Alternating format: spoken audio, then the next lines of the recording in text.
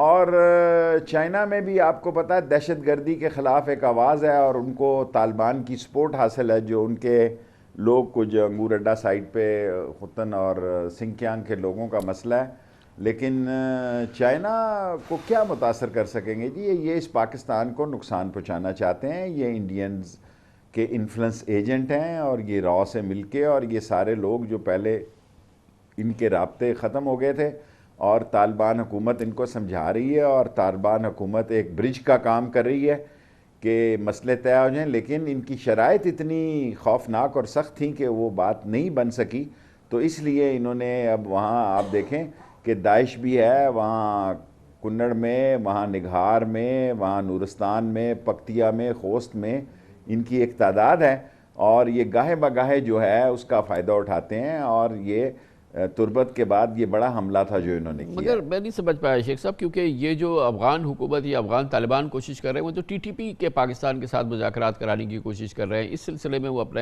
ایک پل کر کردار ادا کرنے کی کوشش کر رہے ہیں۔ یہ تو بلوچ گروپ ہے نا جنہوں نے یہ ایکشن کیا ہے، تو اس کا تو افغان طالبان کے انفلوئنس سے تعلق نہیں ہے یا ہے؟ یہ کیا ہے یہ معاملہ؟ آپ کیوں کہہ رہے ہیں کہ افغان حکومت کوشش کر رہی ہے؟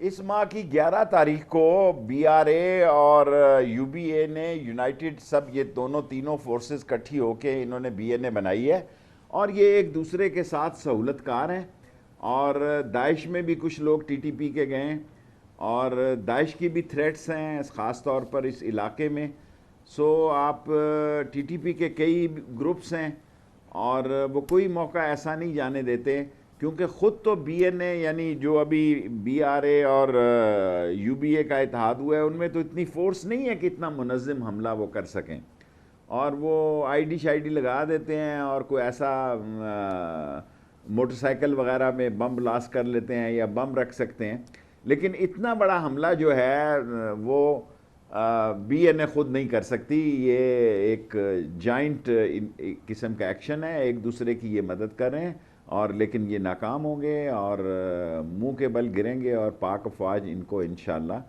تاریخی شکست دے گی۔ آگے بھی ہماری قربانیوں کی داستان ہے دہشت گردی کے خلاف، اور یہ داستان جو ہے وہ انشاءاللہ تعالی زندہ جاوید رہے گی، اور یہ اپنے منہ کے بل گریں گے۔ یہ تو آپ فرما رہے ہیں، مگر یہ خبریں آتی رہی ہیں کہ یہ جو بلوچ گروپس آپریٹ کر رہے ہیں ان میں سے بہت سے ایسے ہیں جن کی پناہ گاہیں ایران کے بارڈر کے اندر ہے، چاہے ایرانی سرپرستی میں سرکاری میں ہو نہ ہو، لیکن وہاں سے ہی آپریٹ کرتے ہیں۔ کچھ عرصے پہلے باقاعدہ فورن منسٹر مختوم شاہ محمود قریشی نے بھی اس حوالے سے بات کی تھی، تو یہ تازہ معاملات ہیں، کیا کچھ لگ رہا ہے کہ یہ لوگ جو ہیں یہ آپریٹ کر رہے ہیں ایرانین بارڈر کی اس طرف سے؟ دیکھیں خان صاحب، میں تو فورن افیئر کے بارے میں آپ سے کچھ نہیں عرض کر سکتا، شاہ صاحب چین گئے ہوئے ہیں، وہ بہتر آپ کو جواب دے سکتے ہیں۔ میں بارڈر مینجمنٹ انٹیریئر منسٹری کے پاس ہے، ان کے سلیپر سیل ہیں، کیونکہ بعض لوگوں کی رشتہ داریاں ادھر ہیں، بعض لوگوں کے خاندان ادھر ہیں، اور میں نے آپ کو بتایا یہ 6-7 علاقے بالکل بارڈر کے اوپر ہیں، نورستان سے لے کے پکتیا اور خوست تک، اور یہاں داعش بھی نورستان میں موجود ہے، اور اس کے اپنے کئی گروپ ہیں۔ بعض لوگ صلح کے موڈ میں تھے اور وہ طالبان کی بات مان رہے تھے، اور ٹی ٹی پی کے بعض لوگوں نے نہیں مانی، اور بی این اے تو پہلے ہی آپ کو پتہ ہے کہ ان کی سوچ ایک بالکل ڈیفرنٹ سوچ ہے، اور وہ جو ہے پاکستان کو نقصان پہنچانے کا کوئی موقع ہاتھ سے نہیں جانے دیتے۔ اور لیکن یہ کہنا کہ کس ملک میں وہ جاتے ہیں، لیکن ہماری طرف سے جو اطلاعات ہیں کہ یہ لوگ افغانستان کی طرف جاتے ہیں، اور اگر اس طرف کے بارڈر سے جاتے ہیں، افغانستان کی فینسنگ تو صرف 20 کلومیٹر رہ گئی ہے، ایران سائٹ پر ہماری 200 کلومیٹر کی فینسنگ رہتی ہے، افغانستان سائٹ پہ ہماری 20.3 کلومیٹر کی فینسنگ رہتی ہے، اور ایک دن میں 2 کلومیٹر فینسنگ ہو سکتی ہے، اور ابھی یہ فینسنگ رکی ہوئی ہے کیونکہ ابھی وہ ماحول نہیں ہے کہ یہ 20 کلومیٹر مکمل کیے جا سکے۔ مگر شیخ رشید صاحب، آپ وزیر داخلہ ہیں، آپ مجھے سمجھائیں، میری تو سمجھ میں نہیں آ رہا کہ جس طرح کے حملے اب ہو رہے ہیں، چاہے وہ ٹی ٹی پی کی جانب سے ہو رہے ہوں جو کہ بالکل ہر صورت میں افغانستان میں موجود ہیں، ابھی آپ نے اصرار سے کہا کہ بلوچ یہ بھی افغانستان میں موجود ہے، اس طرح کے حملے تو اس وقت نہیں ہوئے جب پاکستان دشمن وہاں حکومت تھی، اشرف غنی کی حکومت تھی، اور ان کے لیے تمام گراؤنڈ جو تھا وہ ان کے لیے معاون تھا، ان کی سپورٹ کر رہا تھا۔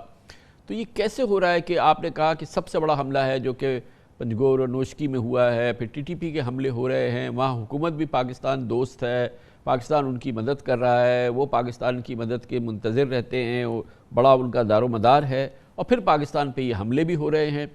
میری تو سمجھ میں نہیں آ رہا، آپ سمجھا سکتے ہیں تو سمجھائیں پلیز. دیکھیں ہمارے تو طالبان کے ساتھ تعلقات بہت اچھے ہیں اور عمران خان ساری دنیا میں ان کی مدد کی اپیل کر رہے ہیں، لیکن جہاں تک طالبان کا سوال ہے، طالبان ان کو سمجھانے کی پوری کوشش کر رہے ہیں، لیکن ایسا محسوس ہوتا ہے کہ وہ پوری طرح ان کے سمجھاوے میں نہیں ہے، اور یہ حملے جو ہے یہ جاری ہیں. اور آج بھی ہم نے الرٹ جاری کیا ہے تمام چیف سیکٹریز کو اور آئی جیز کو کہ امن و امان پہ نظر رکھیں، اور امن و امان جو ہے اس کو خراب کرنے کی یہ کوشش کر رہے ہیں.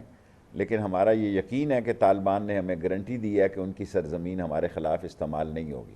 ٹھیک ہے، مگر یہ مجھے سمجھائے یہ کیسے ممکن ہے؟ ان افغان طالبان نے تو امریکہ، نیٹو، پوری ویسٹرن فورسز کو لڑ کے افغانستان سے نکال دیا ہے، اور ان کا افغانستان پہ پورا کنٹرول ہو گیا ہے، اور ان کی موجودگی میں اتنی بڑے جنگجو ہیں خود افغان طالبان، یہ حملہ آور افغانستان کے اندر سے پاکستان پر آ رہے ہیں، حملہ کر رہے ہیں. تو افغان طالبان جنہوں نے اتنی بڑی جنگیں جیت لی ہیں، کیا ان چند گروہوں کو سارٹ آؤٹ نہیں کر سکتے؟ یہ میری سمجھ سے باہر ہے، اور ہمارے دوست بھی ہیں، ہم ان کے دوست بھی ہیں. مشکل تو نہیں ہے، بات تو آپ بالکل درست فرما رہے ہیں، اور کیا وہ ایسا کرتے ہیں یہ ایک سوالیہ نشان ہے، کیونکہ ٹی ٹی پی اور طالبان جو ہے وہ پچھلے 20-40 سال سے اکٹھے ہیں، اور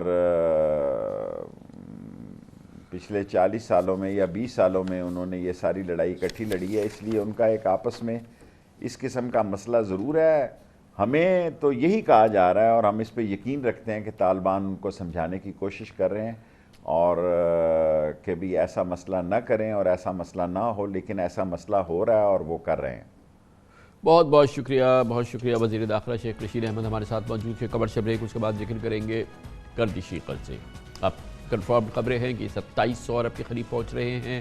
آج بھی روزانہ تقریباً 1 ارب 30 کروڑ روپے کے گردشی قرضے بڑھ جاتے ہیں، اور اب پاکستان کے لیے یقیناً نہ اس سے پہلے اور اب مزید اس کو سہنا بہت مشکل ہو گیا ہے. اور یہ مسئلہ وہ ہے جو کہ پی ٹی آئی کی حکومت میں اس میں کم از کم 2 گنا اضافہ ہوا ہے، اور دوسری جانب پہ بجلی کے شعبے کے نقصانات بھی بڑھتے جا رہے ہیں، یا کم از کم بہتر نہیں ہو رہے. 17% تازہ ترین خبریں ہیں. تمام موضوعات پہ بات کریں گے. وزیر انرجی امور جناب حماد اظہر ہمارے ساتھ ہوں گے ایک چھوٹے سے وقفے کے بعد. کئی سالوں سے اس پروگرام میں ہم مسلسل آپ کو آگاہ کر رہے ہیں کہ پاکستان کا انرجی سیکٹر ایک اندھا کنواں بن گیا ہے. آج بھی یہ ماہانہ 38 ارب روپے یعنی ہر روز قومی خزانے سے 1.25 ارب روپے سے زیادہ رقم نکل رہا ہے. تشویش کی بات یہ ہے کہ تمام دعووں و وعدوں کے باوجود اس سیکٹر کے حالات بہتر نہیں ہو رہے. موجودہ مالی سال کے 6 ماہ میں انرجی سیکٹر کے گردشی قرضوں میں مزید 196 ارب روپے کا اضافہ ہو چکا ہے، جس کے بعد ان کا مجموعی حجم اب 2476 تقریباً 2500 ارب روپے کے قریب پہنچ گیا ہے، جبکہ پچھلے مالی سال کے اسی عرصے میں گردشی قرضوں میں 152 ارب روپے کا اضافہ دیکھا گیا تھا، اور حجم 2303 ارب روپے تھا. اس وقت 2476 ارب روپے کے گردشی قرضوں میں 1494 ارب روپے پاور ڈسٹریبیوٹرز سے منسلک ہے. 89 ارب روپے جینکوز کی ادائیگیاں ہیں جو تیل کی کمپنیز کو کرنی ہے، جبکہ 904 ارب روپے پاور ہولڈنگ کمپنیز میں پھنسے ہوئے ہیں. پاور سیکٹر کے ٹرانسمیشن اور ڈسٹریبیوشن کے نقصانات 17% ہیں، جبکہ ہدف 13.4% تھا، یعنی کہ سر توڑ کوشش کر لی یا نہ کر لی. بجلی کے شعبے کے نقصانات 17% تک ہے، یعنی کہ جتنی بجلی کی پیداوار ہوتی ہے اس پہ جو لاگت آتی ہے اس میں سے 17% تو ویسے ہی غائب ہو جاتی ہے. تاخیر سے ادائیگیوں پر آئی پی پیز کے سود کے چارجز مالی سال میں تقریباً 67 ارب روپے ہو چکے ہیں، جو پچھلے مالی سال کے اسی عرصے میں 42 ارب روپے تھے، یعنی اس میں 60% سے زائد اضافہ ہوا ہے. تشویش کی بات ہے، اور بہت ہی تشویش کی بات ہے کہ اس مالی سال کے پہلے 6 ماہ میں ڈسکوز کی انیفیشنسی کا نقصان 46 ارب روپے ریکارڈ کیا، جبکہ پچھلے سال اسی عرصے کے دوران یہ محض 8 ارب روپے تھے. 3.5 سال پہلے جب وزیر اعظم عمران خان نے حکومت سنبھالی تھی تو پاکستان کا گردشی قرضہ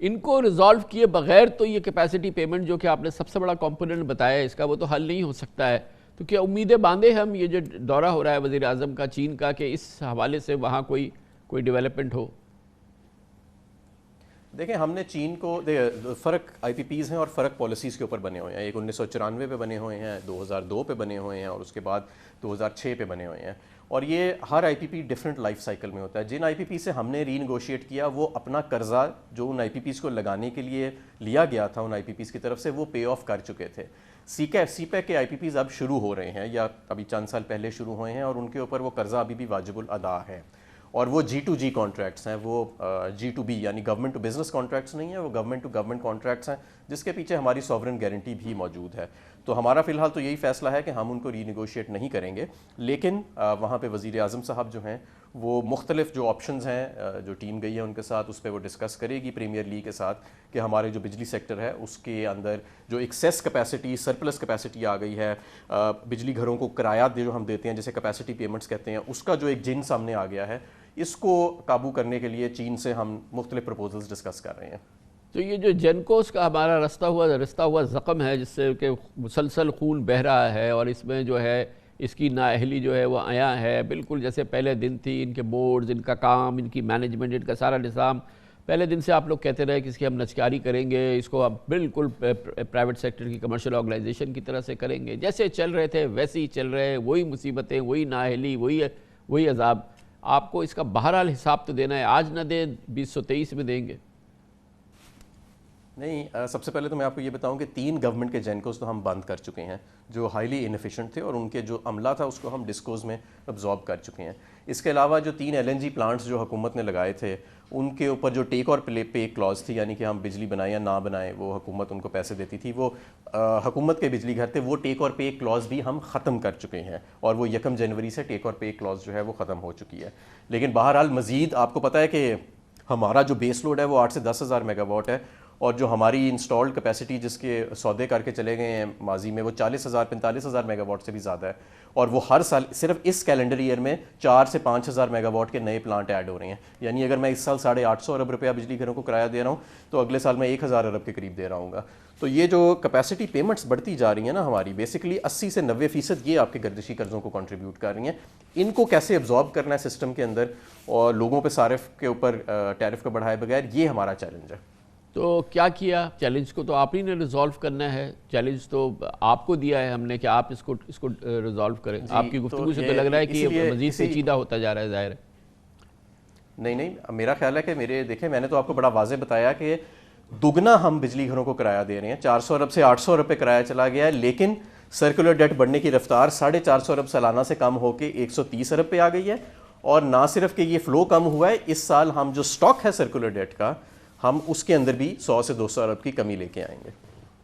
تو اب یہ مزید یہ جو بڑھتی جا رہی ہے ہماری کیپیسٹی, مزید بجلی گھر اس میں آتے جا رہے ہیں اور بھی پائپ لائن میں ہیں, تو میں تو صاف یہ سمجھ رہا ہوں کہ یہ اندھا کنواں جو ہے یہ تو ایک بالکل گہرے سے گہرا ہوتا جا رہا ہے, پھر اس کی کوئی حد نظر نہیں آئے گی. کیونکہ کیا ہوگا, آپ ہی مجھے سمجھائیں کہ اس کی کیپیسٹی پیمنٹ آپ نے کہا 400 سے 800 ارب ہو گئی ہے, مزید اب یہ 1200 ارب ہو جائے گی, 1400 ارب ہو جائے گی, تو یہ بیچارہ پاکستان یہ کیسے اس کو سنبھالے گا؟ آپ انرجی منسٹر ہیں, آپ کے ذہن میں کیا خاکہ ہے؟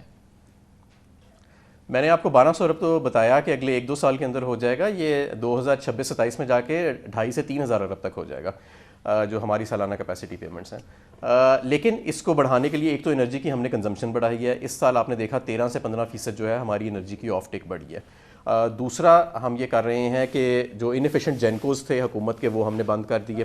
حکومت کے جو اپنے LNG پلانٹس لگائے گئے تھے ان کے اوپر ٹیک اور پے کلازز کو ہم نے ریموو کر دیا. اور اب ہم گیس کے جو کیپٹیو پلانٹ ہے, کیونکہ ہمارے پاس بجلی زیادہ ہے, گیس کم ہے اور مہنگی ہے, تو ہم جو کیپٹیو پلانٹ ہیں یعنی کہ وہ بجلی گھر جو گیس کے سے بجلی بناتے ہیں, دوسری طرف حکومت کے پاس بجلی ضرورت سے زیادہ پڑی ہے, ان کو اب ہم شفٹ کرنا شروع کر رہے ہیں. اور اس ونٹرز میں ہم نے کوئی 400 میگا واٹ جو ہے, جو کہ ایک سبسٹینشیل اماؤنٹ ہے, وہ SNGPL کے سرکل میں شفٹ کی ہے from gas to power generation. تو اس طرح کے ہمیں اب فائنینشیل انجینئرنگ بھی کرنی پڑے گی اور اس طرح کے ہمیں اپنی انرجی کنزمپشن بڑھانے کے لیے کیا ٹارگٹ ہے آلٹرنیٹیو جو راستے ہیں. جب 2023 کے الیکشن میں آپ جائیں گے تو کیا آپ عوام کو ڈیلیور کریں گے اس انرجی سیکٹر کے حوالے سے؟ کچھ بنائے ہوگی نا، ماڈلنگ ہوئی ہوگی کہ جب آپ الیکشن میں جائیں گے تو آپ بتائیں گے کہ یہ چیزیں ہم نے کر دی ہیں جس پہ آپ کو ووٹ بھی دے عوام. جی، سب سے پہلے تو یہ کہ ٹرانسمیشن ہم نے جنریشن بہت زیادہ لگا لی، ٹرانسمیشن میں ہم پیچھے رہ گئے. الحمدللہ اس حکومت میں 20,000 سے 25,000 میگا واٹ ٹرانسمیشن کیپیسٹی ہم آلریڈی اچیو کر چکے ہیں، اور ہماری ٹرم کے اینڈ میں یہ 28,000 میگا واٹ سے زیادہ ہوئے گی. دوسرا، نئی بجلی ایڈ کرنے کا جو میکنزم تھا کہ جی کسی کے ساتھ بھی بیٹھ کے کاسٹ پلس بیسس پہ سودا کر لو، اس کا پروفٹ بھی کنفرم کر لو، انشور کر لو، اس کو تمام پیمنٹس بھی انشور کر لو، وہ ہم نے ماڈل ختم کر دیا ہے. اور لیسٹ کاسٹ بیسس پہ اوپن کمپیٹیٹیو بڈنگ کے ذریعے جو IGCEP ماڈل ہے وہ آلریڈی قانون کا حصہ بن چکا ہے. اس کے علاوہ سرکولر ڈیٹ میں اضافہ بڑھتی ہوئی کیپیسٹی پیمنٹس کے باوجود اس کو ہم صفر کے انشاءاللہ تعالیٰ قریب لے کے جائیں گے، اور یہ جو سٹاک آف سرکولر ڈیٹ ہے اس میں بھی کمی جو ہے وہ آنا شروع ہو جائے گی. تو یہ اس کے علاوہ بھی اور بہت ساری چیزیں ہیں، لیکن یہ 3-4 چند چیدہ چیزیں ہیں جو ہم جس پہ کام کر رہے ہیں. تو اب پاکستان میں یہ تو نہیں ہونا چاہیے کہ کسی کو بجلی چاہیے، چاہے اس کو کسی بھی جینکو سے چاہیے، کسی بھی ڈسکو سے چاہیے، کسی بھی مطلب ادارے سے چاہیے، تو اس کو تو بجلی تو فوراً مل جانی چاہیے نا. مگر تو یہاں تو ابھی بھی مسائل ایسا لگتا ہے کہ یہ جوئے شیر لانا ہے. مثال کے طور پر آپ کو دیکھیں انفراسٹرکچر کا کنسٹرینٹ، جی اب یہ بھی تو جو ہمارا کنسٹرینٹ ہے، جی مطلب وہ کہ ٹرانسمیشن اور ڈسٹریبیوشن اور یہ تمام مسائل تو کم از کم حل کرے کہ بجلی کی جو ڈیمانڈ ہے وہ تو پوری ہو جائے. آج کراچی الیکٹرک سے کوئی بجلی مانگے کہ مجھے 20 میگا واٹ بجلی دے دو، تو کیا وہ مل سکتی ہے؟ آپ کو پتہ ہے کہ نہیں مل سکتی.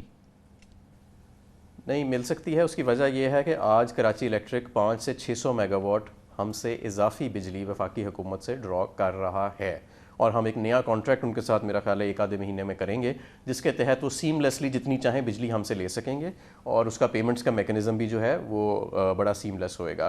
اس کے علاوہ اب آپ یہ دیکھیں کہ ہمارا جو انفراسٹرکچر کا کنسٹرینٹ تھا وہ مین کنسٹرینٹ تھا، ابھی بھی کچھ حد تک وہ موجود ہے. اس کو ہم 20,000 میگا واٹ سے اپنی حکومت کے دور میں تقریباً 28-29,000 میگا واٹ پہ لے کے جا رہے ہیں، جو آپ کی ٹرانسمیشن اور ڈسٹریبیوشن کی کیپیسٹی ہے. تو ظاہر ہے یہ جو 25 سے 30% کا اضافہ آئے گا ہماری ٹرانسمیشن اور ڈسٹریبیوشن کی کیپیسٹی میں، یہ زیادہ بجلی خرچ کر کے. اور پچھلے سال ہم نے اس سال دیکھا بھی کہ گرمیوں میں، اس سے پہلے جو گرمیاں تھیں 2020 کی، صرف ایک ایسا دن تھا کہ 23,200 میگا واٹ سے زیادہ آپ کا لوڈ کراس کیا تھا. اس سال 24,700 میگا واٹ متواتر ہمارا لوڈ جو ہے وہ چلتا رہا، اور شاید ہی کوئی دن ہوئے گا کہ 24,000 میگا واٹ سے نیچے گیا. تو ظاہر ہے کہ سسٹم میں اب اتنی سخت ہے، ہر سال سسٹم 2-3 ہزار میگا واٹ زیادہ ایبزارب کرنے کی سخت جو ہے اس کو لے رہا ہے، اور تیزی سے بڑھ رہا ہے آگے. تو گیس کی کیا صورتحال ہے؟ وہ تو ایک اور بڑا عذاب ہے اس وقت، اور جیسے کہ انٹرنیشنل مارکیٹس میں جو LNG پرائسز ہیں وہ جس لیول تک پہنچی ہے، اور پھر کتنا سفر کیا ہے گیس کنزیومرز نے پاکستان نے، اس کی وجہ سے اکانومی نے کتنا سفر کیا ہے ہماری. تو یہ بھی ایسے لنگر کرے گا آئندہ سال بھی؟ نہیں، میں آپ کو ایک مثال دیتا ہوں، اور ایک اچھی خبر بھی ہے کہ آپ دیکھیں کہ ساری دنیا میں آدھی فیکٹریاں بند پڑی ہیں، یوریا کے پلانٹس بند پڑے ہیں، گیس کی قیمتیں 4-5 گنا بڑھ گئی ہیں انڈسٹری کے لیے بھی اور گھریلو صارفین کے لیے بھی ساری دنیا میں. پاکستان میں 2019 سے گیس کی قیمتیں نہیں بڑھی، اور انڈسٹری کی حد تک اگر دیکھیں، سوئی ناردرن گیس پائپ لائن میں 2300 انڈسٹریز ہیں، جن میں سے 1780 انڈسٹریز کو نومبر-دسمبر کے اندر اور ابھی تک بلا تعطل گیس کی فراہمی رہی ہے. اور جو ڈیٹا ابھی تک نومبر-دسمبر کا ہمارے سامنے آیا ہے، ایگزیکٹلی وہی اماؤنٹ ان کو گیس سپلائی کی گئی جو پچھلے سال کی گئی تھی، حالانکہ 9% کے حساب سے ہماری گیس فیلڈز جو ہیں وہ ڈپلیٹ کر رہی ہیں. اب آ جاتے ہیں سوئی سدرن گیس کے سائڈ پہ. سوئی سدرن گیس میں 1900 انڈسٹریز ہیں، جس میں سے 1700 انڈسٹریز جو ہیں ان کے کنیکشنز نہیں کاٹے گئے ان سردیوں میں، کیونکہ کورٹ کا سٹے موجود ہے. اور نومبر اور دسمبر کے اندر 3.54% گیس کی کمی پچھلے سال کی بنسبت جو ہے وہ سامنے آئی ہے. تو جہاں پہ 9% آپ کی گیس فیلڈز ڈپلیٹ کر رہی ہیں، عالمی منڈی میں LNG جو ہے وہ آسمانوں پہ اس کی قیمتیں چھو رہی ہیں، وہاں پہ پاکستان میں وہی انڈسٹری کو سپلائی جا رہی ہے اور اسی ریٹ پہ جا رہی ہے جو 2019 میں تھی. اور ظاہر ہے کسی جگہ شکایت بھی ہے، مثلا 225 انڈسٹریز ایسی ہیں کراچی کے اندر جو کورٹ سٹے سے پہلے ڈسکنیکٹ جنہیں کر دیا گیا تھا، تو وہ احتجاج کر رہی ہیں. اور کچھ ٹیل اینڈز کے اوپر پریشر ہے انڈسٹری کے اوپر، کیونکہ چند انڈسٹریز جو ہیں وہ کمپریسرز کا استعمال کرتے پائی گئی ہیں، تو اس کی وجہ سے کچھ کمپلینٹس تو ہیں. لیکن بائی اینڈ لارج یہ جو ڈیٹا ہمارے سامنے ہے والیوم فلوز کا، باقی دنیا کی بنسبت دیکھیں تو وہ کافی بہتر ہے. بہت بہت شکریہ. حماد اظہر انرجی منسٹر ہمارے ساتھ تھے، اور اس کے ساتھ ہی ہمارے آج کے پروگرام کا اختتام ہوتا ہے. کل آپ سے پھر ملاقات ہوگی انشاءاللہ. کل تک کے لیے کامران خان کو اجازت. اللہ حافظ ناصر.